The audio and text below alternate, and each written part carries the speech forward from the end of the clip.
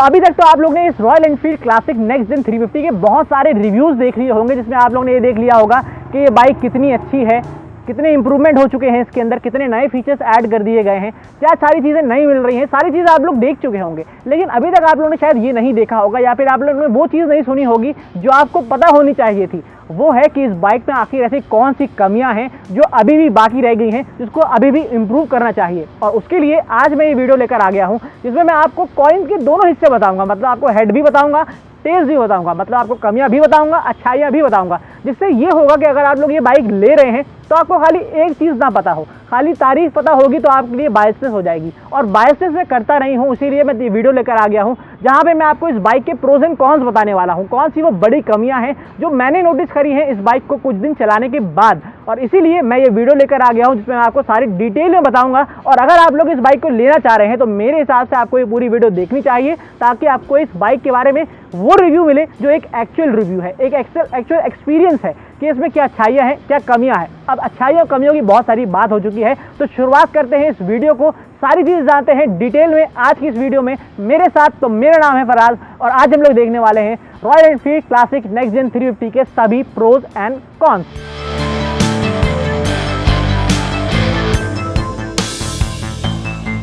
तो 13 सालों के बाद और 30 लाख मॉडल्स को ग्लोबली बेचने के बाद रॉयल एनफील्ड ने पहले ऐसे अपडेट को सीरियसली लिया है, जिसमें रॉयल एनफील्ड ने एक्चुअल में बड़े चेंजेस किए हैं, बड़े अपडेट्स किए हैं। और उसमें पहली चीज़ जो इम्प्रूव हो चुकी है वो है इसकी स्टाइलिंग। तो जहाँ पर इसकी स्टाइलिंग की बात आती है, वहाँ पर इसके जो ग्राफिक्स हैं वो आपको पहले से इम्प्रूव मिलते हैं। और दूसरी चीज़ जो इसमें बेहतर हो गई है वो है इसके कलर ऑप्शंस। तो आपको रॉयल एनफील्ड की क्लासिक नेक्स्ट जेन 350 में 11 कलर ऑप्शंस मिल जाते हैं, जहाँ पे आपको हर तरीके से आप उस मॉडल को कस्टमाइज करा सकते हैं, आप लोग चीज़ें ऐड ऑन करा सकते हैं। और सिर्फ बॉडी कलर्स में ही नहीं, बल्कि जो सीट कवर्स हैं वो भी आपको डिफरेंट मिल रहे हैं। इनफैक्ट रॉयल एनफील्ड ने इस क्लासिक नेक्स्ट जेन 350 के अंदर 2 सीट कलर ऑप्शन भी दे दिए हैं। ये वाला जो कलर है ये ब्लैक कलर है, वहीं जो दूसरे मॉडल्स हैं उसमें कुछ मॉडल में आपको ब्राउन सीट्स का ऑप्शन भी मिल रहा है। तो पहला प्रोज ये है कि इस बाइक के अंदर जो पहला बड़ा बदलाव हुआ है, जो कि अच्छी साइड पर आता है, पॉजिटिव साइड पर आता है, वो है इसकी अपडेटेड स्टाइलिंग। दूसरी पॉजिटिव चीज़ इस Royal Enfield Classic next gen 350 की ये है कि इसमें हम आपको बेटर ऑप्शंस मिल रहे हैं। अगर मैं यहाँ पर चलता हूँ, फीचर्स की बात करता हूँ, तो अब इस बाइक में आपको ज़्यादा बेहतर फीचर्स मिल रहे हैं, जहाँ पे अब आपको सबसे बेसिक चीज़ फ्यूल गेज मिल रहा है, जहाँ पे आप लोग देख पाएंगे कि इसमें आप लोग को कितना पेट्रोल बाकी है आपके इस फ्यूल टैंक में। और फ्यूल टैंक की बात हो रही है तो मैं आपको ये बता दूं कि अब आपको इस बाइक में 13 लीटर का फ्यूल टैंक मिलता है। और जहाँ पे आप लोग यहाँ पे देख पाएंगे कि यहाँ पे आपको फ्यूल गेज दिख रहा है, वहीं इस बाइक में आपको 2 ट्रिप मीटर्स मिल रहे हैं, आपको क्लॉक मिल रही है। और सबसे बड़ा चेंज, सबसे मेजर चेंज और सबसे यूजफुल चेंज ये है कि इस बाइक में अब आपको ट्रिपल नेविगेशन स्क्रीन मिल रही है। अब ये नेविगेशन है जो गूगल से कनेक्टेड है, मतलब आप लोग गूगल मैप्स इसमें देख पाएंगे, जो कि एक टर्न बाय टर्न नेविगेशन होगा। और ये नेविगेशन जो है इसके राइवल्स से काफ़ी इंप्रूव्ड है, क्योंकि ये कलर डिस्प्ले है और इसमें आपको जो नेविगेशन मिलता है वो काफ़ी बड़ा आता है, काफ़ी ज़बरदस्त दिखाई पड़ता है। तो इसके अलावा रॉयल एनफील्ड ने इस बाइक में कुछ छोटे मोटे चेंजेस भी कर दिए हैं, जो काफ़ी इस बाइक को इंप्रूव बना देते हैं। जैसे इस बाइक में आपको पहले ये कमी मिलती थी कि इसमें आपको 2 कीज़ लगानी पड़ती थी, बट इस बाइक में अब आपको सिंगल की मिलती है, जिससे आप लोग इग्निशन भी ऑन कर पाएंगे और बाइक का हैंडल लॉक भी कर पाएंगे। इसके अलावा इस बाइक में आपको हैजार्ड लाइट का ऑप्शन मिल रहा है। आपको इसमें कुछ मॉडल्स के अंदर एलॉय व्हील्स का भी ऑप्शन मिल रहा है, जिसमें आपको ट्यूबलेस टायर्स मिलते हैं। इसी तरीके कुछ छोटे छोटे चेंजेस कर दिए गए हैं, जिससे ये बाइक और इंप्रूव हो चुकी है। और अब ये कहा जा सकता है कि बाइक रॉयल एनफील्ड की क्लासिक नेक्स्ट जेन 350 अब कोई ओल्ड स्कूल बाइक नहीं रही है, मतलब ओल्ड फैशन वाली बाइक नहीं रही है, बट इस बाइक में अब आपको अच्छे फीचर्स मिल रहे हैं और बेटर स्टाइलिंग भी मिल रही है। और अब आते हैं अपने नेक्स्ट पॉइंट की तरफ। तो तीसरा बड़ा और इम्पॉर्टेंट चेंज जो इस बाइक में मुझे अच्छा लग रहा है, पर्सनली बहुत पसंद आया है, वो है इसका स्मूथ शिफ्टिंग। यानी इसका जो गियर बॉक्स है वो बहुत ज़्यादा स्मूथ हो चुका है। मैंने 350 सेगमेंट की सारी बाइक्स को ऑलमोस्ट चला ही लिया है, जहाँ पर मैंने इस होंडा हाइनेस को बहुत प्रेस किया था, काफ़ी मुझे पसंद आई थी, लेकिन उस बाइक से भी ज़्यादा मुझे इसका गियर शिफ्टिंग लग रहा है, क्योंकि ये बहुत ज़्यादा स्मूथ हो चुका है। पर्सनली मुझे बहुत पसंद आया है। और जहाँ तक इसके गियर रेशियोज़ की बात है, अगर आप लोग इस बाइक को लो रेंज में चला रहे हैं, लो रेंज में चला रहे हैं, मिड रेंज में चला रहे हैं, यानी बहुत ज़्यादा स्पीड में नहीं चला रहे हैं, 60-70 के अंदर ही चला रहे हैं, सिटी में चला रहे हैं, तो अगर आप लोग ज़्यादा गियर भी लगा लेंगे तो ये बाइक बंद नहीं होती है। ये है इसके गियर बॉक्स का कमाल। और अगर आप लोग इस बाइक से टॉप रेंज में चलाते हैं, ज़्यादा स्पीड में चलाते हैं, 80 to 90 100 के आसपास चलाएंगे तो इसका जो अब परफॉर्मेंस हो चुका है बाइक का वो पहले से इंप्रूव हो चुका है। और ऐसा इसलिए है क्योंकि हार्डवेयर जो है बाइक का वो अपडेट कर दिया गया है, पहले से ये बाइक इंप्रूव हो चुकी है। तो अगर आप लोग बाइक को ओवरटेक करना चाहते हैं, मतलब किसी और बाइक को ओवरटेक करेंगे इस बाइक से, तो जो पहले आपको लैग मिलता था जहाँ पे आप लोग बहुत टाइम लगा के इस बाइक से ओवरटेक कर पाते थे, तो अब वो चीज़ इंप्रूव हो चुकी है जब आप लोग इस बाइक को टॉप रेंज में चलाएंगे। और मैंने इस बाइक का राइड रिव्यू भी बना दिया है, अगर आप लोगों ने नहीं देखा है तो चैनल पर जाकर देख लीजिएगा, जहाँ पे मैंने अपने राइड एक्सपीरियंस को भी शेयर किया है इस बाइक को चलाने के बाद। तो चौथा बड़ा इंप्रूवमेंट, चौथा बड़ा पॉजिटिव साइड ये है कि इस बाइक की जो पहले से आवाज़ थी, जो आपको शोर लगती थी, वो अब इंप्रूव हो चुकी है। सॉरी रॉयल एनफील्ड लवर्स, अगर आपको मेरी बात ये बुरी लग रही हो कि रॉयल एनफील्ड की आवाज़ शोर होती है, क्योंकि आप में से कुछ लोग रॉयल एनफील्ड की आवाज़ के दीवाने हैं। इनफैक्ट मेरे पास कमेंट आ रहे थे कि मैं सारी वीडियो को छोड़कर खाली आवाज़ की वीडियो बनाऊँ, तो ऐसा पॉसिबल उस टाइम पे नहीं था क्योंकि बाइक नहीं थी। लेकिन मैंने फर्स्ट वीडियो में रॉयल एनफील्ड के साथ जो बनाई है चैनल पर, उसमें आपको मैंने साउंड भी सुना दी है। तो मैं ये कहना चाहता हूँ कि इस बाइक की जो साउंड है वो पहले से इंप्रूव हो चुकी है, वो पहले से सूदिंग हो चुकी है। और जब आप लोग इसको बाइक को हाईवे पर चलाएंगे तो आपको एक सूदिंग सा साउंड मिलेगा, आपको एक मेलोडी लगेगी इस रॉयल एनफील्ड के एग्जॉस्ट की, जो पहले से काफ़ी बेहतर हो चुका है। क्योंकि कुछ लोगों का ये कहना था, कुछ लोग हमेशा ऐसे होते हैं जिनको ये चीज़ें पसंद आती हैं, कुछ लोगों को नहीं पसंद आती है। तो जो लोग पहले इसको क्रिटिसाइज़ करते थे कि इसका लाउडनेस बहुत ज़्यादा है, अगर आप लोग ये बाइक अगर रोड से निकल जाती है तो चाहे वो मेरा शूट हो या फिर वो घर में बैठा कोई इंसान हो, वो डिस्ट्रैक्ट हो जाता था, इतना लाउड एग्जॉस्ट रहता था। लेकिन अब जो इसकी आवाज़ है वो इस तरीके से हो गई है कि अगर मासेस को भी देखा जाए, अगर काफ़ी सारे लोगों को देखा जाए, डिफरेंट पसंद के लोगों को देखा जाए, तो सभी को इसका एग्जॉस्ट पसंद आ रहा है, क्योंकि अब ये साउंड जो है वो और ज़्यादा सॉफ्टर साइड पे आ गई है। तो ये चीज़ मुझे पसंद आई है जो बाइक में बारे में बताना चाह रहा था। तो last but not the least, इस बाइक की जो पॉजिटिव साइड की मैं बात करना चाहूँगा वो है इस बाइक की वाइब्रेशन। अब इस बाइक के अंदर जो पहले आपको वाइब्रेशन मिलती थी, जो हार्शनेस मिलती थी जब आप लोग इस बाइक को चलाते थे हाईवे पर, तो साइड मिरर में आपको कुछ दिखाई नहीं देता था, सिर्फ वाइब्रेशन पता चलती थी। और मैं ये कहता हूँ कि आपको पूरा मसाज मिलता था। लेकिन अब आपको इतना मसाज नहीं मिलेगा रॉयल एनफील्ड की इस बाइक पे, क्योंकि इस बाइक में अब आपको बैलेंसर शाफ्ट मिल रही है। इस इंजन में बैलेंसर शाफ्ट लगा दिया गया है, जिससे जो वाइब्रेशन होती है वो कम हो जाती है। पहले ये ऑन पेपर्स कहा जा रहा था, बट अब मैंने इस बाइक का राइड रिव्यू बना लिया है, राइड रिव्यू कर लिया है, तो चलाने के बाद मुझे ये लग रहा है कि इसमें अब काफ़ी ज़्यादा वाइब्रेशन कम हो चुके हैं। लेकिन अगर मैं ऐसा कहूँ कि वो पूरी तरीके से ख़त्म हो चुके हैं, तो पूरी तरीके से ख़त्म अभी भी नहीं हुए हैं। और ऐसा इसलिए भी है क्योंकि ये सारी चीज़ें मेटल है। यहाँ पर जो आपको मिरर दिखता है, ये चीज़ जो है ये मेटल है, और जब ये हिलेगा तो आपको थोड़ी बहुत तो वाइब्रेशन आएगी ही आएगी। तो ये चीज़ मुझे अच्छी लगी है कि इसमें अब पहले से ज़्यादा वाइब्रेशन कम हो चुकी है। तो मतलब आपको अब परफॉर्मेंस अच्छी मिल रही है, और अब आपको रॉयल एनफील्ड क्लासिक नेक्सन 350 में कोई भी मसाज नहीं मिलता है, उसके लिए आपको अलग से मसाज पार्लर जाना पड़ेगा। तो पहली कमी की अगर बात करता हूँ, पहले कॉन्स की बात करता हूँ, जो काफ़ी दुख के साथ कह रहा हूँ स्पेशली रॉयल एनफील्ड लवर्स के लिए, वो है कि अब इस बाइक के अंदर किक स्टार्ट को हटा लिया गया है। पहले आपको इस रॉयल एनफील्ड क्लासिक में किक स्टार्ट मिलती थी, और लोगों का ये कहना था कि किक स्टार्ट बहुत सपोर्ट करती है। अगर आप लोग लद्दाख वगैरह जाते हैं जहाँ पे बर्फ़ होती है और ठंड की वजह से जो किक होती है वही हमेशा काम आ जाती है, और वहाँ पे सेल्फ काम नहीं करता है कभी कभी, और इसीलिए जो किक स्टार्ट है वो इस बाइक में दी जाती थी। लेकिन अब अनफॉर्चुनेटली रॉयल एनफील्ड ने इसका किक स्टार्ट हटा लिया है। बट ये चीज़ रॉयल एनफील्ड से पता चली है, उनका ये कहना है कि ये चीज़ उन्होंने इंटेंशनली हटाई है। उनका ये कहना है कि उन्होंने किक इसलिए हटाई है जिससे वो लोग बाइक को थोड़ा सा कॉम्पैक्ट बनाना चाह रहे थे, और ये भी कहना है कि जो वाइब्रेशन कम हुई है इस बाइक के अंदर, उसका एक रीज़न किक स्टार्ट भी है। मतलब किक से वो ये कह रहे थे किक लगने के बाद जो वाइब्रेशन आती है वो थोड़ी सी बढ़ जाती है,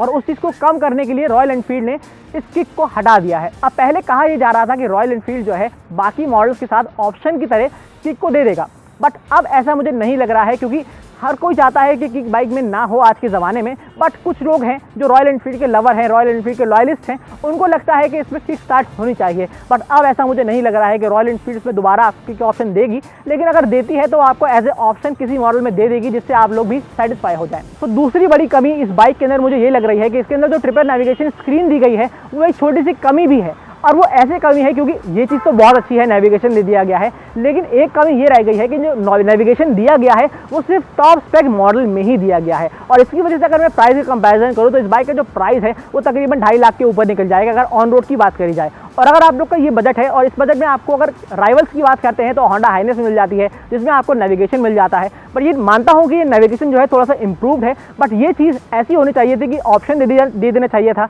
और ये कहा भी जा रहा है कि रॉयल एनफील्ड जो है बाकी मॉडल्स में ऑप्शन की तरह नेविगेशन को ऐड कर देगी, जिससे आप लोग थोड़ा सा पैसे को पे करके आप लोग इसमें नेविगेशन लगा सकते हैं। नॉर्मल मॉडल में जिसमें आपको नेविगेशन नहीं मिलता है, वहाँ पे आपको आरई का लोगो मिल रहा है, जिसके अंदर वो लोग नेविगेशन को फिट कर देंगे। लेकिन ये जो टॉप मॉडल है इसमें ही आपको ये नेविगेशन का ऑप्शन मिल रहा है, जो मेरे हिसाब से थोड़ा सा लिमिटेड है, एक रिस्ट्रिक्टेड चीज़ है जिसके लिए आपको इतना ज़्यादा पैसा पे करना पड़ रहा है। तो जहां अगर मैं बात करता हूं इस ट्रिपल नेविगेशन स्क्रीन के परफॉर्मेंस की बात की, तो इसकी परफॉर्मेंस अच्छी है, काफ़ी एक्यूरेट है। लेकिन एक चीज़ मुझे ये पता चली कि अगर मैं इसको सिटी में चला रहा था तो कई बार ये अपने आप डिस्कनेक्ट हो जाता है, तो वो काफ़ी इरिटेटिंग होता है। अगर आप लोग राइडिंग गियर्स पहन की बाइक को चला रहे हैं और अगर आपका ये नेविगेशन बार बार डिस्कनेक्ट हो जाएगा, तो उसके लिए भी आपको ग्लव्स उतारने पड़ेंगे, गियर्स उतारने पड़ेंगे, मोबाइल एक्सेस करना पड़ेगा और फिर जाके आपको दोबारा से नेविगेशन लगाना पड़ता है, जो थोड़ा सा इरिटेशन होती है वहाँ पर। और मेरे हिसाब से एक थोड़ा सा बग है, एक थोड़ी सी कमी है इसके सॉफ्टवेयर के अंदर, जो जिसकी वजह से बार बार डिस्कनेक्ट हो रहा है। कुछ लोग कहेंगे कि इसके इंटरनेट की वजह से भी होता है, लेकिन इंटरनेट प्रॉपर आ रहा हो तब भी इसका जो नेविगेशन है वो कभी कभी डिस्कनेक्ट होता हुआ मैंने कई बार नोटिस किया है, जो मैं एक कमी समझता हूं। तो नेक्स्ट बड़ी कमी मुझे इस बाइक के बारे में ये लग रही है कि इस बाइक में आपको एलईडी लाइटिंग सेटअप नहीं दिया गया है, और ये ना सिर्फ मेरे लिए बल्कि काफ़ी सारे यंगस्टर्स के लिए एक ड्रॉबैक होगा, क्योंकि आजकल लोग चाहते हैं कि उनकी बाइक में एलईडी लाइटिंग सेटअप हो। मानता हूँ कि ये क्लासिक बाइक है, लेकिन ये रिक्वायरमेंट है, बेसिक रिक्वायरमेंट है, जहाँ पे आपको बेटर विजिबिलिटी भी मिल जाती है, और इसका जो हेलोजन बल्ब है वो आपको इतना अच्छा विजिबिलिटी नहीं देता है, जिससे मैं प्रॉपर सेटिस्फाइड नहीं हूँ। और अगर आप लोग इस बाइक से लॉन्ग राइड्स करना चाहते हैं तो मेरे हिसाब से आपको एक एक्स्ट्रा लाइट लगानी ज़रूर पड़ेगी, जिससे आप लोगों को बेटर विजिबिलिटी मिल जाएगी और बेटर थ्रो मिल जाएगा। तो आपको इस बाइक में कहीं भी एलईडी लाइटिंग सेटअप भी नहीं मिलता है, जो मेरे हिसाब से एक छोटी सी कमी है। तो अगली बड़ी कमी मुझे इस बाइक की ये लग रही है कि इस बाइक का जो प्राइसिंग है उसको देखते हुए, ये जो टॉप स्पेक मॉडल खड़ा है मेरे सामने, इसका जो एवरेज प्राइस है इंडिया के अंदर एक्स शोरूम वो 2,15,000 के आसपास है, ये जो क्रोम सीरीज़ है। लेकिन उसके हिसाब से भी, उसके बाद भी आपको इस बाइक में ट्यूबलेस टायर नहीं दिए जा रहे हैं, जो वाकई में एक बहुत बड़ा ड्रॉबैक है। और ये चीज़ मैं ज़रूर कहना चाहूँगा कि अगर आप लोग बाइक को कंफर्टेबली चलाना चाहते हैं, आप लोग टेंशन फ्री होकर चलाना चाहते हैं, तो आप लोग वो सिर्फ ट्यूबलेस वाली बाइक में ही चला पाएंगे। और इस बाइक में आपको इतना पैसा खर्च करने के बाद भी ट्यूबलेस टायर नहीं मिल रहा है, जो मेरे हिसाब से एक प्रैक्टिकलिटी का इशू है, क्योंकि आप लोग वहाँ पर टेंशन फ्री नहीं हो पाएंगे। क्योंकि अगर आप लोग स्पोक्स व्हील चला रहे हैं, मानता हूं कि मैं स्पोक्स व्हील्स के अलग फ़ायदे होते हैं, एलॉय के अलग फ़ायदे होते हैं, लेकिन जहां पर बात आती है टेंशन फ्री राइडिंग की, वहां पे एलॉय व्हील्स ही काम आते हैं, वहां पर आपको ट्यूबलेस टायर ही काम आता है, जो इसमें भी एक कमी है। और हिमालयन में भी एक कमी थी, जो मैंने आपको हिमालयन वाली वीडियो में बताई थी। और उसके बाद अगर मैं बात करता हूँ लास्ट कमी की, तो वो ये है कि यहाँ पे एक छोटी सी कमी है। वो ये कमी ये है कि इसका जो फुटरेस्ट है वो पहले के मुकाबले थोड़ा सा बड़ा कर दिया गया है। पहले भी रॉयल एनफील्ड के अंदर जो फुटपैक्स आते थे वो काफ़ी बड़े रहते थे, लेकिन ये जो फुटपैक है ये काफ़ी लंबा हो गया है, जिससे आप लोग जब बाइक को चलाएंगे या फिर आगे पीछे जब करेंगे तो ये आपके पैर पर लड़ता है, जो काफ़ी तकलीफ भी होता है, आपको चोट भी लग सकती है। मैं इसको 3-4 दिन से चला रहा हूँ और मैंने ये चीज़ फील करी है, और जितने भी लोगों ने इस बाइक को चलाया है उनका सभी का यही ओपिनियन था कि इसमें जो फुटरेस्ट आ चुका है उसकी जो पोजीशन है वो भी थोड़ी सी चेंज कर दी गई है, और उसका जो लेंथ है वो भी बढ़ा दिया गया है, जो काफ़ी थोड़ा सा अजीब लग रहा है। और मेरे हिसाब से यही सारी चीज़ें कमी हैं जो मैंने एक्चुअल में बताई हैं आपको। ऐसी कोई चीज़ें नहीं, किताबी बातें नहीं बताई हैं कि परफॉर्मेंस बढ़ गई है या फिर क्या चीज़ें हो गई हैं। मैंने आपको वो सारी चीज़ें बताई हैं जो मैंने फील करी हैं इस बाइक को चलाने के बाद, जो मैंने चीज़ें नोटिस करी हैं। और लास्ट चीज़ अगर मैं बात करता हूँ पिलियन की, तो पिलियन की कमी इसमें यह है कि अगर आप लोग पिलियन कंफर्ट की बात करते हैं तो भले ही इसमें सीट बढ़ा दी गई है, सीट का राउंड शेप कर दिया गया है, लेकिन जो कंफर्ट है वो इंक्रीज़ हो गया है। लेकिन एक प्रॉब्लम ये है कि जो कंफर्ट इंक्रीज़ कर दिया गया है, कुशनिंग इंक्रीज़ हो चुकी है, उसकी वजह से जब आप लोग यहाँ पर बैठते हैं तो ये दब जाता है, और दबने की वजह से जब आप लोग पीछे यहाँ पर अपना बैग लगाते हैं तो ये लड़ने लगता है। और अगर आपने कोई बैग टांग रखा है, और ये चीज़ मैं एक्सपीरियंस कर चुका हूँ, तो आपकी ऐसी की तैसी हो जाती है, आपकी वाट लग जाती है, क्योंकि ये काफ़ी पेनफुल हो जाता है। तो मेरे हिसाब से एक छोटा सा ड्रॉबैक है। अच्छी चीज़ है, कुशनिंग बढ़ चुकी है, लेकिन ये प्रॉब्लम भी मैंने नोटिस करी है। तो इसके लिए अगर यहाँ पे थोड़ा सा हार्ड कर देते एंड के अंदर, जैसे वहाँ पे स्क्वायर शेप था रॉयल एनफील्ड की पुराने वाले जनरेशन में, तो वो अगर उस तरह होता तो काफ़ी अच्छा रहता। बाकी सारी चीज़ें मैं आपको बता चुका हूँ, कमियाँ बता चुका हूँ, अच्छाइयाँ बता चुका हूँ। मेरे हिसाब से इतना ही था। चलिए आइए अब वीडियो के बारे में बात करते हैं कि आपको ये बाइक खरीदनी चाहिए या फिर नहीं खरीदनी चाहिए। उस आखिरी सवाल का मैं आपको जवाब दे देता हूँ। और अब आखिरी सवाल और आखिरी जवाब कि क्या ये बाइक ऐसी है कि इसमें पैसा लगाया जा सकता है, मतलब इसको खरीदा जा सकता है? तो उसका जवाब ये है। उसके लिए मैं आपको ये बताता हूँ कि इसके अंदर कुछ ऐसी चीज़ें हैं जो इस बाइक को 350cc सेगमेंट में काफ़ी अलग बनाती हैं। और वो पहली चीज़ ये है कि इस बाइक में जो आपको स्टाइलिंग मिल रही है वो काफ़ी ज़बरदस्त है। बट एक ये सब्जेक्टिव सी चीज़ है जहाँ पे आपको इसकी स्टाइलिंग इतनी अच्छी नहीं लग सकती है, बट मेरे हिसाब से इसका जो क्रोम सीरीज़ वाला मॉडल है वो काफ़ी ज़बरदस्त लग रहा है और काफ़ी ज़्यादा अट्रैक्टिव भी है। लोग इससे काफ़ी ज़्यादा अट्रैक्ट हो रहे हैं। दूसरी चीज़ ये है कि इसके अंदर ट्रिपल नेविगेशन ऐड कर दिया गया है, जिससे ये आज की मॉडर्न बाइक्स की तरह एक क्लासिक बाइक बन चुकी है। बट आप लोग में से कुछ लोग ये सोच रहे होंगे कि होंडा हाइनेस में या होंडा CB350 RS में भी तो आपको नेविगेशन मिल जाता है। लेकिन पर्सनली बताऊं, पर्सनल लेवल पे बताऊं, दोनों चीज़ें रिव्यू कर चुका हूं, दोनों चीज़ें आपको चैनल पर मिल जाएगी। लेकिन लिटरली अगर बताता हूं तो इसका जो नेविगेशन है वो काफ़ी ज़बरदस्त है, क्योंकि वो एक कलर नेविगेशन है जहां पे आपको बहुत अच्छा टर्न बाय टर्न नेविगेशन भी मिल जाता है। तीसरा पॉइंट ये है कि इसकी जो प्राइसिंग है वो काफ़ी ज़बरदस्त है, क्योंकि अगर मैं देखूं रॉयल एनफील्ड की जो क्लोजेस्ट राइवल है होंडा CB350 RS यानी होंडा हाइनेस, तो उसका जो बेस मॉडल है वो बेस मॉडल इससे काफ़ी एक्सपेंसिव है। मतलब उसका जो बेस मॉडल है वो 1.89 लाख रुपीज़ का है और इसका जो बेस मॉडल है वो 1.84 लाख रुपीज़ का है, जहां पर आपको वो ट्रिपल नेविगेशन इतना अच्छा नहीं मिल रहा है, एक कलर नेविगेशन नहीं मिल रहा है। तो उसके हिसाब से इसका प्राइस भी कम है बेस मॉडल की कंपैरिजन में। लेकिन जहां बात होती है टॉप मॉडल की, टॉप स्पेक मॉडल की, जहाँ पे इसमें आपको सारे फीचर्स मिल रहे हैं, फीचर लोडेड मॉडल मिल रहा है, तो वो थोड़ा सा मुझे रॉयल एनफील्ड का एक्सपेंसिव लग रहा है, क्योंकि होंडा हाइनेस का आपको टॉप मॉडल इससे काफ़ी कम मिल जाता है। बट आखिरी में अगर मैं सिंपल वे में कहना चाहूँ, अपना ओपिनियन शेयर करना चाहूँ, तो अब वो ज़माना चला गया है। कहना ये चाहता हूँ कि अब वो ज़माना चला गया है जब रॉयल एनफील्ड को ये कहा जाता था कि भाई ये क्लासिक बाइक है जिसमें आपको फ्यूल गेज जैसे फीचर भी नहीं मिलते, आपको इसमें ट्यूबलेस टायर्स नहीं मिलते, आपको इसमें लिमिटेड ग्राफिक मिलते हैं, लिमिटेड स्टाइलिंग मिलती है। तो सारी चीज़ों को रॉयल एनफील्ड ने इंप्रूव कर लिया है, चाहे वो इसकी स्टाइलिंग हो, चाहे वो इसके कलर्स हों, 11 कलर्स के ऑप्शन मिल रहे हैं, ट्रिपल नेविगेशन मिल रहा है, हैजार्ड लाइटिंग मिल रही है, इस तरीके से बहुत सारे डुअल चैनल ABS मिल रहा है, बहुत सारे फीचर्स ऐड हो चुके हैं। तो अब ये मॉडर्न तो बन चुकी है। और अगर आप लोग नेक्स्ट जनरेशन की मॉडल हैं, यदि आप लोग खुद नेक्स्ट जनरेशन की मॉडल हैं, यंग हैं, यंग ब्लड हैं, तो आपके लिए ये नेक्स्ट जनरेशन का मॉडल काफ़ी अच्छा हो सकता है। बट आज की वीडियो में इतना ही था, जहां मैंने अपनी ओपिनियन शेयर कर दी, साथ ही साथ आपको इस बाइक के प्रोज एंड कॉन्स बता दिए। उम्मीद है कि आपको आज की वीडियो अच्छी लग रही हो। अब मेरी हालत ख़राब हो चुकी है इस वीडियो को बनाते बनाते। अब इस वीडियो को एक लाइक करके ज़रूर जाइएगा, और चैनल पर अगर आप नए हो तो चैनल को ज़रूर सब्सक्राइब कर दीजिएगा, क्योंकि मेहनत से बनती है वीडियो, जहाँ पे दो लोग काफ़ी मेहनत कर देते हैं और आप लोग को ये चीज़ पता नहीं चल पाती। तो मेहनत के लिए, इस वीडियो के लिए अगर कोई भी रीज़न की वजह से पसंद आई हो तो इस वीडियो को लाइक ज़रूर करिएगा, और चैनल पर नए हैं तो सब्सक्राइब ज़रूर करिएगा, क्योंकि ये बिल्कुल फ्री है। मिलता हूँ मैं आपसे नेक्स्ट वीडियो में किसी और इन्फॉर्मेटिव ऑटो कंटेंट के साथ। तब तक के लिए ड्राइव सेफ, राइड हार्ड।